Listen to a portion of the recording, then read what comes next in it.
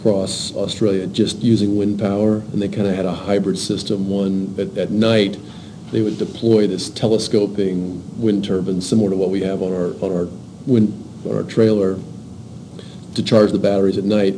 But then during the day, they would actually use more of a conventional sail to sail with the wind, just tacking and jibing, not on an interstate, but kind of out in the outback, and managed to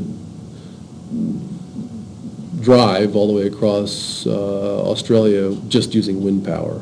Both one converting it to electrical and one just straight mechanical.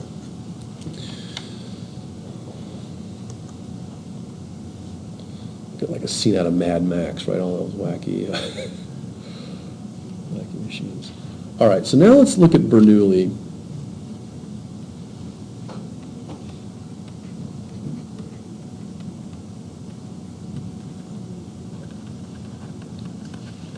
Now, Bernoulli's equation has applications for both wind systems and for solar thermal systems. And I'll tell you why. For now, we're only going to focus on the wind portion, but it does have implications for thermal as well. And really, in a lot of ways, that was my justification for, at least for the time being, putting solar thermal and wind in the same course. They're related. The wind wouldn't blow if there were not thermal gradients in the atmosphere. So, Bernoulli's equation.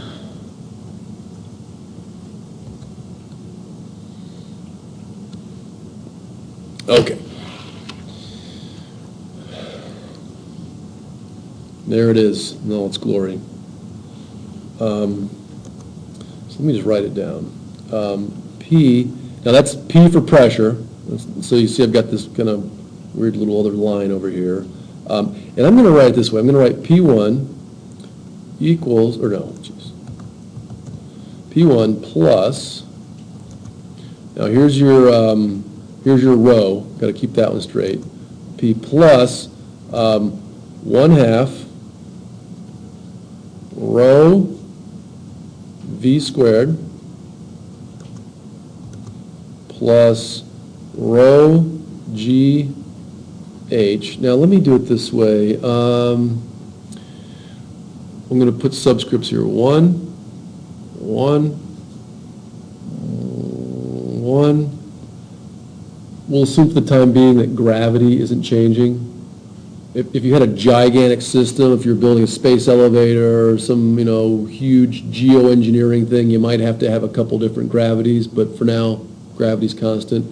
H1 equals P2 plus 1/2 rho 2 V2 squared plus rho 2 GH2. Now, how did I get all that junk from this thing I just Wikipedia'd? How did I kind of know that? Because I don't see any 1s and 2s. Well, he wrote 1 and 2, but he doesn't have them in his equation, so I don't even know. But how did I get that? Because he just said it equals a constant. Or she. I don't know who wrote this thing. Somebody at Princeton wrote this thing. Somewhat not that great, but.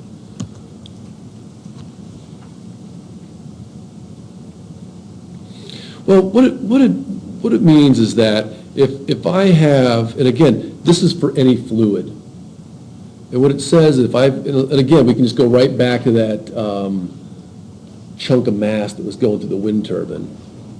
Well, let's just do a little, here's a little ball of matter. And here it is at state 1, and then it's gonna move through the system. Could be a wind turbine, could be a solar thermal system, could any energy device that's going to put energy into the fluid or take it out. And then at the end, you've got something else. But if there's nothing in the middle taking energy away or putting it in, all it's saying is that energy is conserved. It's just saying that energy is constant. So I've done this exact thing. I've just said that the pressure, and what's this thing look like? What kind of energy is that? It's kinetic energy. And what's this guy look like? Potential, yeah. It just says it's constant. So Bernoulli's equation is really just a fancier, specialized form of the first law of thermodynamics. And it just says that when I go from state 1 to state 2, it just says that delta E equals 0. It's just the first law. Now, I think we can all agree this is kinetic, this is potential.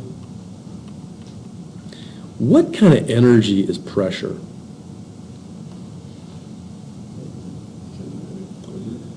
It's not really kinetic because it's not moving.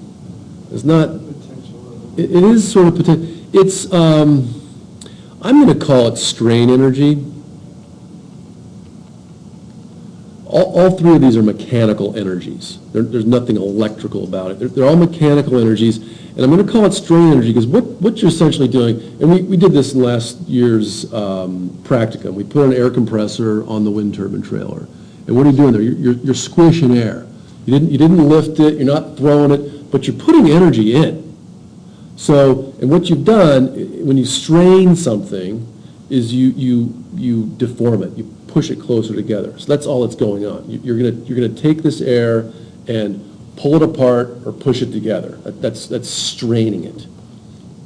And so all three of these, strain energy, kinetic energy, potential energy, they're all types of energy. And this is just a conservation of energy approach. So in the case of the wind turbine, we didn't have to worry. There was no real change in pressure. There was no change in height. So H1 equaled H2. We kind of threw this out. The only thing we dealt with in that last problem in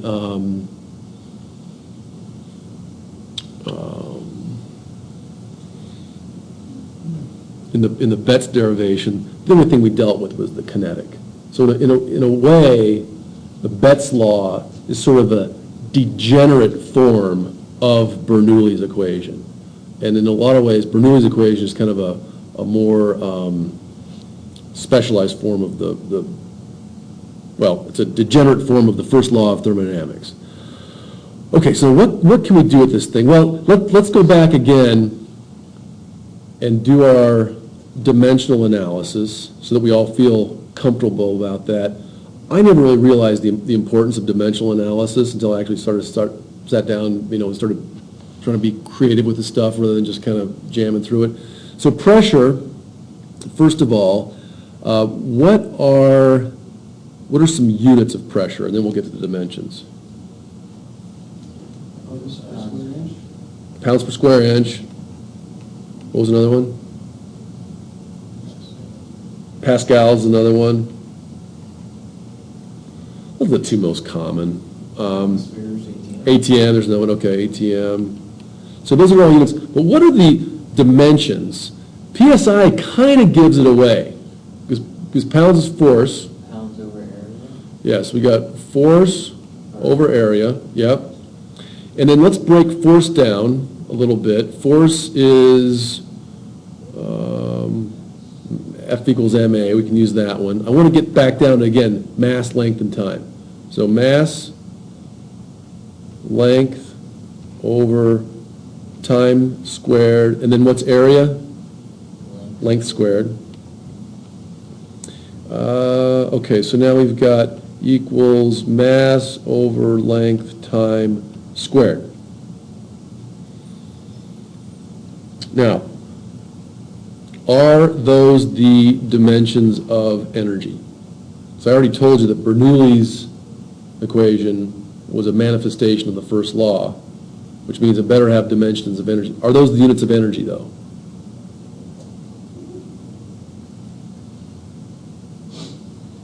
Just a little reminder, back up here, we just did it a second ago.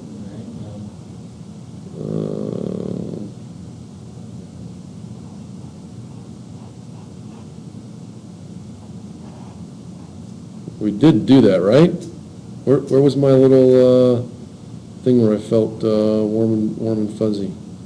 Oh, here, right here. I scratched it off.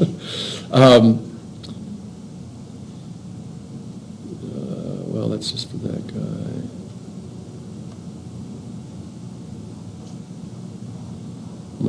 Maybe I didn't write them explicitly.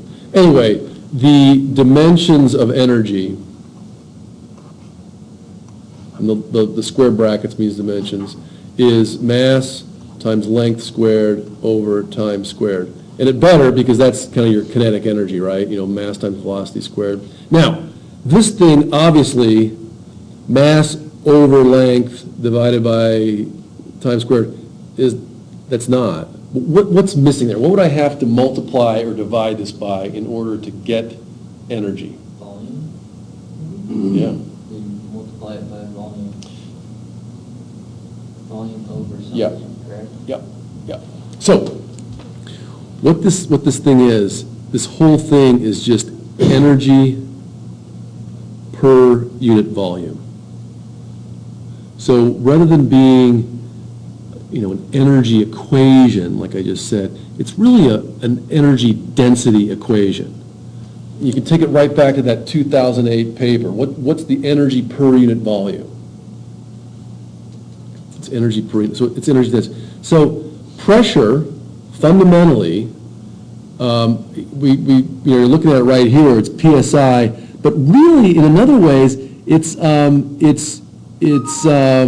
well, like I just said, it's energy per volume. You can also think of it as joules per cubic meter. Another different way to look at pressure. Force per unit area is really the same as joules per cubic meter. And so it should tell you that when you're looking at the pressure on your car tire, just if you know what the pressure is on the tire and you know the volume inside, you know how much energy, how much explosive energy is basically inside of that. Is that clear?